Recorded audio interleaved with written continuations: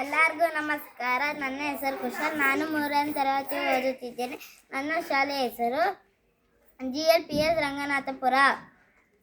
ನಾನು ಹೇಳುತ್ತಿರುವ ಕಥೆಯ ಹೆಸರು ಜಿಂಕೆ ಮತ್ತು ಶಾರದಳ ಸಹಾಯ. ಒಂದು ದಟ್ಟವಾದ ಕಾಡಿನ ಪಕ್ಕ ಒಂದು ಮನೆ ಇತ್ತು.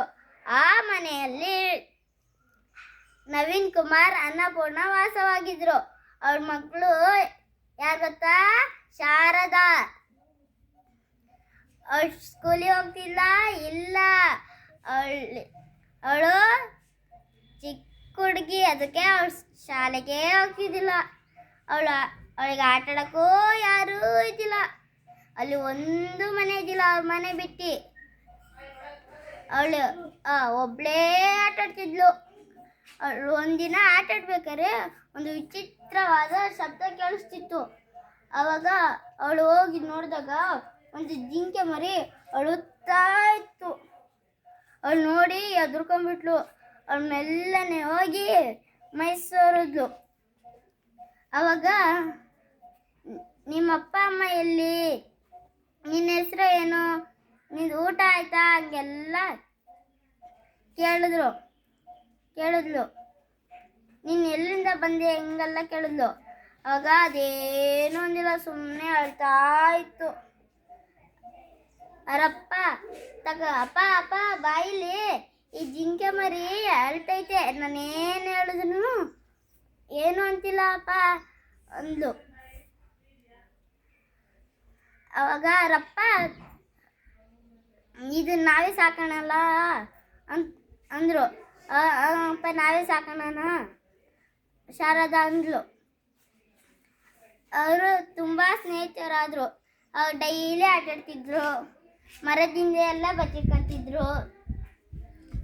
ಅವಳು ಎಲ್ಲಿ ನೋಡ್ತಾಳೆ ಅವಳಿಂದನೇ ಜಿಂಕೆ ಓಡಿ ಹೋಗ್ತಿತ್ತು. ಒಂದು ದಿವಸ ಆಟಾಡ್ಬೇಕಾದ್ರೆ ಅವರಪ್ಪ ಅಮ್ಮ ಸಂತೆಗೆ ಹೋದ್ರು. ಅಲ್ಲಿ ಒಂದು ಅಂಗಡಿ ಇದ್ದಿಲ್ಲ, ಒಂದು ಮನೆ ಇದ್ದಿಲ್ಲ. ದೂರದಲ್ಲಿ ಒಂದು ಊರಿಗೆ ಹೋಗಿ ತರಕಾರಿ, ಹಣ್ಣು, ಸೊಪ್ಪು ತರಕ್ಕೆ ಹೋಗ್ತಿದ್ರು.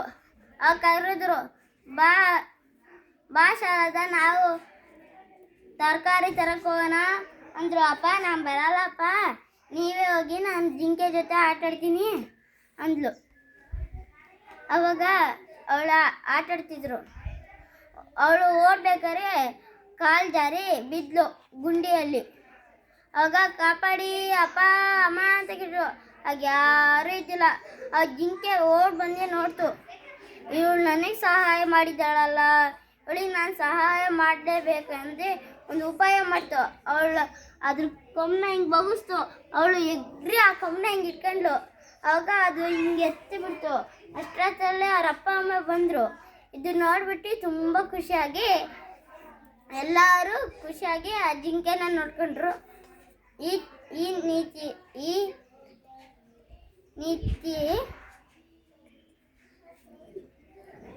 ಕಥೆಯ ನೀತಿ: ಉಪಾಯ ಬಲ್ಲವನಿಗೆ ಅಪಾಯವಿಲ್ಲ.